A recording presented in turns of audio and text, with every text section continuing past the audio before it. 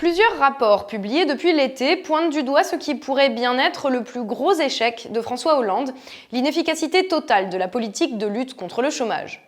Au cœur des critiques, on trouve le CICE, Crédit d'impôt pour la compétitivité et l'emploi, un dispositif consistant à réduire de 20 milliards d'euros par an les impôts des entreprises afin de les aider à embaucher. Depuis sa mise en place en 2013, ce sont pas moins de 48 milliards d'euros de manque à gagner pour les finances publiques. La contrepartie, le MEDEF avait promis 1 million d'emplois, pins promotionnels à l'appui. Je dis qu'il faudrait faire 3 millions d'emplois, parce que si vous voulez descendre à moins de 5% de chômage, c'est 3 millions d'emplois nets à 5 ans qu'il faut faire. Et si vous voulez 1 million d'emplois, c'est pas suffisant, et on peut le faire. Avant de faire comme si cette promesse n'avait jamais existé. D'abord, je ne sais pas du tout d'où sort ce document, je ne suis jamais engagé. Je ne peux pas m'engager à créer 1 million d'emplois. Et on comprend mieux pourquoi quand on regarde les résultats de ce crédit d'impôt. D'après les estimations, depuis 2013, il aurait permis de préserver moins de 100 000 emplois. C'est-à-dire que chaque emploi préservé a coûté entre 300 et 500 000 euros d'argent public. Le comité de suivi du CICE a rendu son rapport annuel. Grâce au travail de 3 équipes de recherche indépendantes, le CICE a amélioré les marges des entreprises. C'est qu'il a très probablement permis de créer ou de sauvegarder 50 à 100 000 emplois. Pire encore, le manque à gagner pour l'État a dû être compensé par des hausses d'impôts sur les ménages ou des coupes dans les services publics, comme par exemple 22 000 suppressions de postes d'infirmiers et de médecins dans les hôpitaux à partir de 2017. Mais si 48 milliards d'euros ont été gracieusement donnés aux entreprises, à quoi ont-ils servi?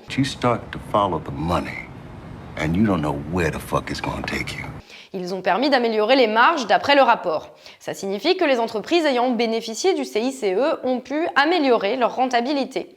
On peut alors se dire qu'elles pourront ainsi investir, créer des nouveautés, se développer et relancer l'économie française.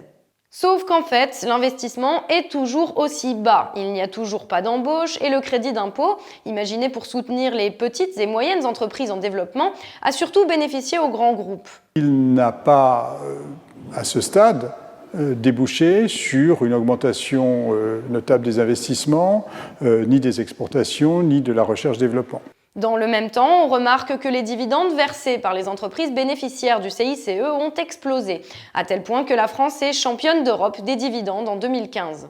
Les sommes versées aux actionnaires par les entreprises ont grimpé en ce deuxième trimestre. 35 milliards d'euros. Une hausse record, la 3e plus forte dans le monde. Avec 11%, la France est derrière la Corée du Sud et les Pays-Bas. Par exemple, l'entreprise Radial, dont le principal actionnaire est Pierre Gattaz, le président du MEDEF, a pu profiter du CICE pour payer seulement 200 000 euros d'impôts sur plus de 25 millions d'euros de bénéfices en 2014. La différence est partie dans la poche de la famille Gattaz qui a touché 2,8 millions d'euros de dividendes cette année-là. Le tableau est à présent bien plus clair. Loin de créer 1 million d'emplois, comme promis par François Hollande et Pierre Gattaz, les 48 milliards d'euros pris sur nos impôts ont fini directement dans la poche des actionnaires. Après la publication du bilan catastrophique de cette politique, le gouvernement, dans le projet de loi de finances de 2017, a donc décidé de faire ce qui s'impose. Il a reconduit le dispositif pour 25 milliards par an supplémentaires, toujours sans aucun contrôle. Ça c'est bien de toi. Ça n'a pas de sens. Si les bons comptes font les bons amis, nous souhaitons à François Hollande et à Pierre Gattaz une merveilleuse nuit de noces.